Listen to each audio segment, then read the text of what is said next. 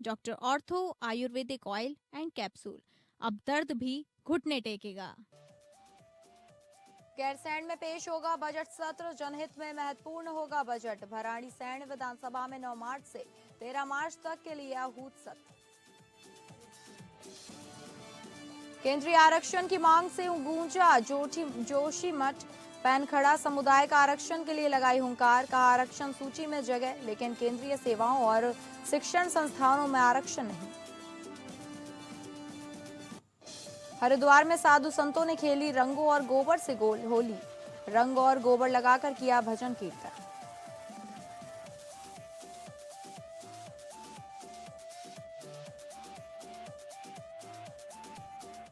नमस्कार, आप सभी का स्वागत है उत्तराखंड बुलेटिन में और मैं हूं आपके साथ अंकिता सिंह। शुरुआत करेंगे बुलेटिन की, जहां उत्तराखंड विधानसभा का बजट सत्र गैरसैंण के भराड़ीसैंण विधानसभा में 9 मार्च से 13 मार्च तक के लिए आहूत किया गया है। इस साल का बजट बेहद खास रहेगा क्योंकि 2027 में विधानसभा का चुनाव होना है।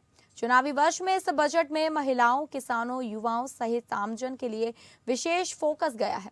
प्रदेश के संसदीय कार्य मंत्री सुबोध उनियाल ने आगामी बजट सत्र को लेकर कहा कि गैरसैंण में बजट सत्र जन भावनाओं के अनुरूप किया जा रहा है। उन्होंने कहा कि इस बार पहली बार ऐसा होगा जब राज्यपाल के अभिभाषण वाले दिन यानी कि 9 मार्च को 2026-27 का बजट सदन के पटल पर रखा जाएगा। आपको बता दें कि आमतौर पर राज्यपाल के अभिभाषण के बाद धन्यवाद प्रस्ताव पर चर्चा होती है और उसके दूसरे या तीसरे दिन सदन के पटल पर बजट रखा जाता है, लेकिन इस बार राज्यपाल के अभिभाषण वाले दिन ही शाम को सदन के पटल पर बजट पेश किया जाएगा। लेकिन सत्र को लेकर के मैं अभी विधानसभा अध्यक्ष जी से विस्तृत वार्ता की गई है। सत्र को सुचारू रूप से चलाने को लेकर के जो वो निश्चित रूप से बजट सत्र जो कि पहली बार इस बार गैरसैंण में बजट सत्र का लाया जा रहा है और ये जन भावनाओं का सम्मान भी है। और जन भावनाओं के सम्मान के साथ साथ ये चुनावी वर्ष होने के कारण इस बजट में गरीब, युवा, महिला और किसानों पर को समर्पित ये बजट होगा, जिसमें राज्य के नौजवानों को किस तरह उद्यमी के रूप में, महिलाओं को किस तरह उद्यमी के रूप में स्थापित किया जा सके और किसान को समृद्ध करते हुए गरीबी उन्मूलन के कार्यक्रमों पर किस तरह ज्यादा फोकस किया जाए। वहीं इस खबर की ज्यादा जानकारी के साथ हमारे संवाददाता सतीश कोठारी हमारे साथ जुड़ गए हैं। सतीश, आखिर क्या मकसद है? धन्यवाद प्रस्ताव से पहले बजट पेश किया जाएगा, मंत्री बोलने वाले हैं। देखिए, मैं बात करूं 9 तारीख से 13 तारीख बजट सत्र है उत्तराखंड में। और बजट सत्र में खास करके ये है कि गैरसैंण में बजट सत्र है। सबसे बड़ी खुशी ये है कि लोग जो ग्रीष्मकालीन राजधानी के लगातार चर्चा करते हैं कि ग्रीष्मकालीन उत्तराखंड की राजधानी, तो बजट सत्र ग्रीष्मकालीन राजधानी में जो है गैरसैंण में होगा 9 से 13 तारीख को बजट है। तो कल जब सत्र को लेकर ये विधानसभा अध्यक्ष और उनकी बात हुई, सुबोध और कैबिनेट मंत्री सुबोध उनियाल बैठे तो उन्होंने बातचीत करी। उसके बाद बात करी हमसे, तो उन्होंने कहा कि बजट जो होगा वो उन लोगों इस समय खास फोकस शिक्षा, बेरोजगारी, उद्यमी, जो छोटे किसान हैं उनके लिए और जो छोटे कारोबारी हैं उनके लिए कुछ खास रखा जाएगा। तो इस बात पे एक विशेष फोकस रहेगा। इस छोटी चीजों पे फोकस रहने वाला है कि छोटा किसान किस तरीके से उभरे, छोटा दुकानदार कैसे उभरे, छोटा कारोबारी कैसे आगे बढ़े। तो इससे खास करके फोकस रहेगा उसका बजट का। तो बजट को लेकर जो बात लगातार अब चल रहा है, लगातार लोगों में ये रहती है कि बजट को लेकर जितनी अच्छी बात आएगी और जितना अच्छा रहेगा, जितना अच्छा रिस्पॉन्स रहेगा बजट का, उतना जो है प्रदेश के युवाओं का भविष्य अच्छा होगा। क्योंकि छोटे दुकानदार जो है खास करके बजट पे नजर रखते हैं, जो छोटे कारोबारी खास करके नजर रखते हैं, स्कूली छात्र खास करके नजर रखते हैं। तो इस चीज पे खास करके फोकस रहेगा बजट का। जी ठीक है, बहुत बहुत धन्यवाद आपका जानकारी देने के लिए।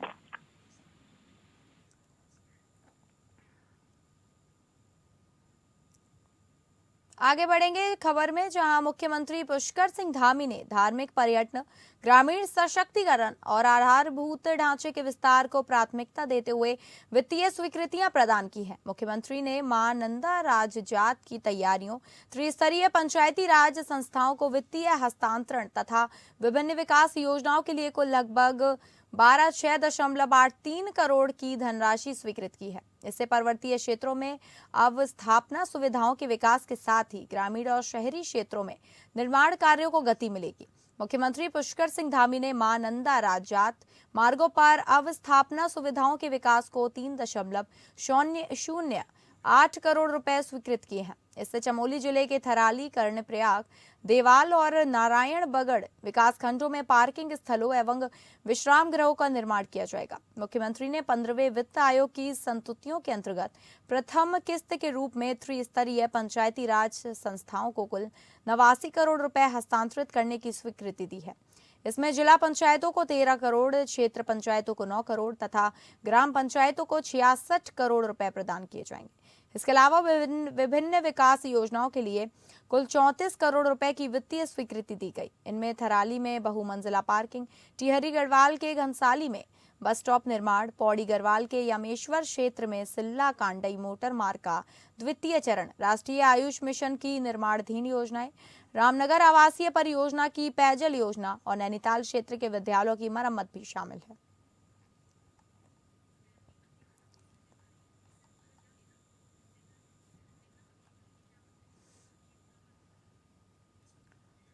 सीमांत क्षेत्र जोशीमठ में पैनखंडा समुदाय के लोगों ने अपनी लंबे समय से लंबित मांगों को लेकर एक बार फिर स्वर मुखर कर दिए हैं। समुदाय के सदस्यों ने केंद्र सरकार और राज्य सरकार के खिलाफ प्रदर्शन करते हुए मांग की है कि उन्हें तत्काल केंद्रीय आरक्षण सूची में शामिल किया जाए।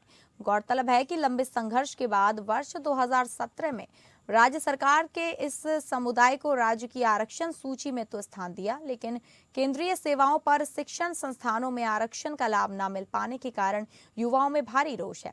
प्रदर्शनकारियों का कहना है कि राज्य सूची में होने के बावजूद केंद्रीय सूची में नाम न होने से उनके प्रतिभावान युवाओं को अखिल भारतीय स्तर की नौकरियों और अवसरों से वंचित रहना पड़ रहा है। समुदाय के प्रतिनिधियों ने कहा कि वे वर्षों से अपनी भौगोलिक और सामाजिक परिस्थितियों के आधार पर इस हक की लड़ाई लड़ रहे हैं। उन्होंने चेतावनी दी कि यदि केंद्र सरकार ने जल्द ही उनकी जायज मांगों पर सकारात्मक निर्णय नहीं लिया तो वे अपने आंदोलन को और अधिक उग्र करने के लिए बाध्य होंगे। इस प्रदर्शन के माध्यम से समुदाय ने एक बार फिर सरकार का ध्यान अपनी ओर खींचने की कोशिश की ताकि सीमांत क्षेत्र के इस वर्ग को मुख्य धारा में समान अवसर मिल सके। देखिए, जोशीमठ को जो ये पैनखंडा क्षेत्र है इसे ओबीसी में शामिल करने के लिए पहले आंदोलन चलाया गया, तब जाकर राज्य में ओबीसी का दर्जा मिला जोशीमठ पैनखंडा क्षेत्र को। अब इसे केंद्रीय सूची में शामिल करने के लिए आज एक बार फिर जनता सड़कों पर उतरी है, क्योंकि लंबे समय से मांग रही है कि जो केंद्रीय सूची में ओबीसी को, जोशीमठ क्षेत्र को ओबीसी में शामिल किया जाए, और वो अभी तक केंद्र सरकार द्वारा नहीं किया गया है। तो इसी के लिए आज फिर एक बार सड़कों में उतरकर सरकार को ये चेतावनी दी है, यदि आप हमारी बात नहीं मानते हैं तो आने वाले समय में पूर्व की भांति उग्र आंदोलन ओबीसी के लिए होगा, और जिसकी संपूर्ण जिम्मेदारी शासन प्रशासन की होगी। जनपद ऊधम सिंह नगर के जसपुर क्षेत्र अंतर्गत जगतपुर टोल प्लाजा एक बार फिर चर्चाओं में है। आज भारतीय किसान यूनियन के बैनर तले सैकड़ों किसान टोल पर एकत्र हुए और कई मांगों को लेकर धरना दिया। किसानों का कहना है कि टोल कर्मी लोकल लोगों के साथ अभद्र व्यवहार करते हैं और भी कई मांगों को किसानों के द्वारा रखा गया। भारतीय किसान यूनियन के नेता मनप्रीत सिंह ने बताया कि एक पंचायत टोल प्लाजा पर की जा रही है क्योंकि आए दिन यहाँ लोकल लोगों के साथ बदतमीजी की जाती है, उनकी गाड़ियां रोकी जाती हैं और नाजायज तरीके से उन्हें परेशान किया जाता है। दूसरी मांग, NHAI का नियम है कि 20 किलोमीटर तक लोकल पास फ्री किया जाए।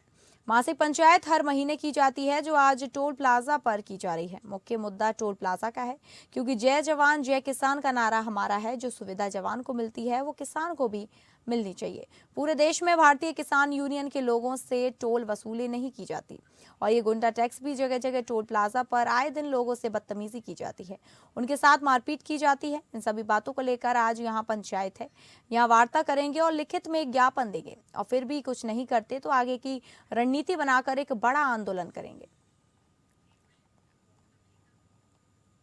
आज हम एक पंचायत कर रहे हैं टोल प्लाजा पर, क्योंकि आए दिन यहाँ लोकल के लोगों के साथ बदतमीजी होती है, उनकी गाड़ियाँ रोकी जाती हैं और नाजायज़ तरीके से उन्हें परेशान किया जाता है। और दूसरी हमारी सबसे बड़ी मांग है कि NHAI का रूल है कि 20 किलोमीटर तक लोकल पास फ्री किया जाए, वो हमारी आज इसमें मांग है। और हमारी मासिक पंचायत हर महीने होती है, वो पंचायत हम यहाँ कर रहे हैं। जो हमारा मेन मुद्दा है वो टोल प्लाजा का है, क्योंकि जय जवान और जय किसान का नारा हमारा है। जो सुविधा जवान को मिलती है वो किसान को मिलनी चाहिए, और पूरे ऑल इंडिया में भारतीय किसान यूनियन की गाड़ी जो है उनसे टोल वसूली नहीं की जाती। उत्तराखंड हाईकोर्ट ने PTCUL के MD PC ध्वानी की नियुक्ति को रद्द कर दिया है।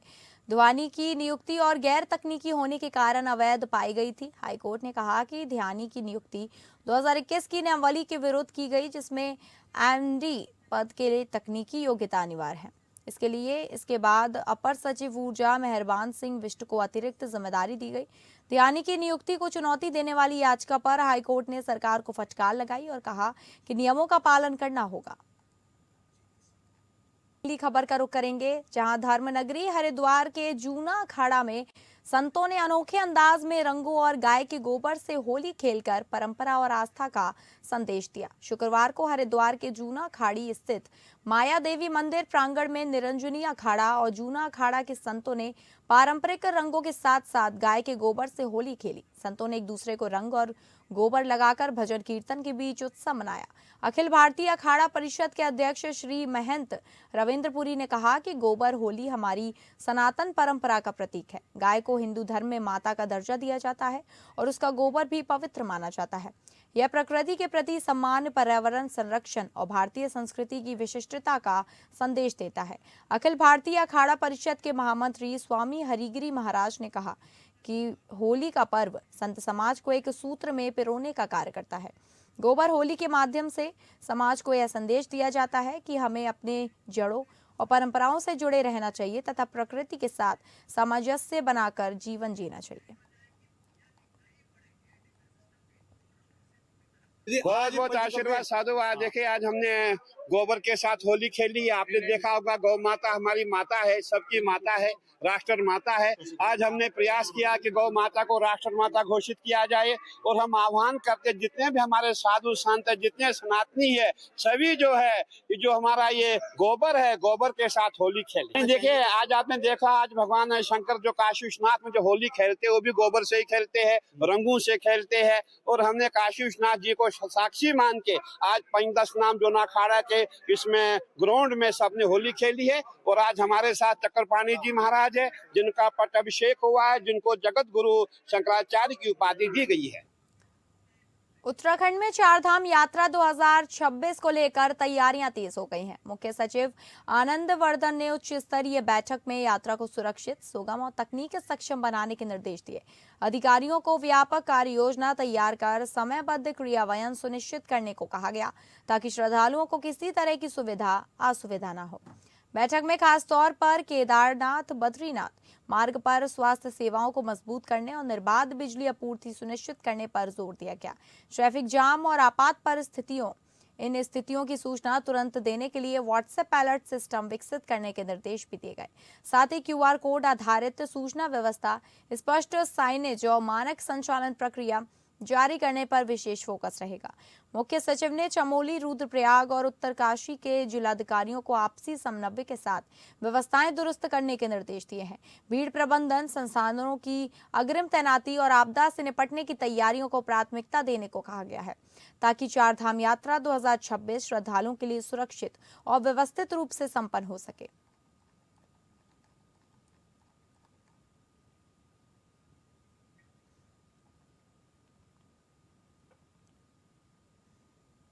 जैव विविधता के संरक्षण, प्राकृतिक संसाधनों के सतत उपयोग और प्रकृति आधारित समाधानों को बढ़ावा देने के लिए गठित अंतर्राष्ट्रीय संघ international union for conservation of nature के प्रतिनिधिमंडल ने देहरादून स्थित ग्राम पुरोहित बाला बाड़ गंगा जलागम क्षेत्र का भ्रमण कर स्प्रिंग एंड रिवर रिजर्वेशन के तहत संचालित कार्यों का अवलोकन किया है। IUCN के अंतर्राष्ट्रीय प्रतिनिधिमंडल में 11 देशों से आए 17 प्रतिनिधि शामिल थे। IUCN की टीम ने बाणगंगा जलागम क्षेत्र में किए गए विभिन्न संरक्षण उपायों जैसे वर्षा जल संचयन, स्रोत संरक्षण, भूजल पुनर्भरण संरचनाएं, कंटूर ट्रेंच, चेक डैम, चाल खाल निर्माण और सामुदायिक सहभागिता आधारित जल प्रबंधन कार्यों की विस्तृत जानकारी ली गई। ACEO सारा डॉक्टर कहकशा नसीम ने कहा कि अंतर्राष्ट्रीय स्तर पर जल स्रोतों के संरक्षण के लिए एक व्यापक अभियान संचालित किया जा रहा है। इसी क्रम में अंतर्राष्ट्रीय संस्था international union for conservation of nature द्वारा ब्रिज गैप परियोजना संचालित की जा रही है। इस परियोजना के अंतर्गत IUCN के असम में मेघना नदी के संरक्षण पर कार्य किया गया है। साथ ही उत्तराखंड में जल संरक्षण के क्षेत्र में किए जा रहे कार्यों का अध्ययन करने के उद्देश्य से एक प्रतिनिधिमंडल ने यहाँ का भ्रमण किया।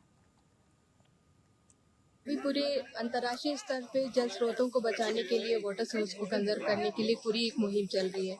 इसी के तत्वाधान में एक जो हमारी अंतर्राष्ट्रीय संस्था है IUCN, international union for conservation of nature, उनका एक ब्रिज गैप एक प्रोजेक्ट चल रहा है। तो उसके अंतर्गत इन लोगों ने आसाम में मेघना नदी पे भी काम किया है और यहाँ उत्तराखंड में किस तरह से वाटर कंजर्वेशन का काम हो रहा है इसके लिए लेके यहाँ पे आए, क्योंकि यहाँ पे ऑलरेडी एक इनफॉर्मल रूप में वाटर यूजर ग्रुप काम कर रहा था और बहुत अच्छा कम्युनिटी ने जंगल बचा के रखा हुआ है पुरोहित वाला का। और ये अंगेलिया का फॉरेस्ट बहुत साफ सुथरा, बहुत ही अच्छी कंडीशन में है और इसमें सारा ने भी पिछली बार जो है वाटर और सॉइल कंजर्वेशन पे काफी काम किया है, जिससे डिस्चार्ज भी बढ़ा है और लोग काफी उत्साहित थे। तो फिलहाल उत्तराखंड बुलेटिन में बस इतना ही। नमस्कार।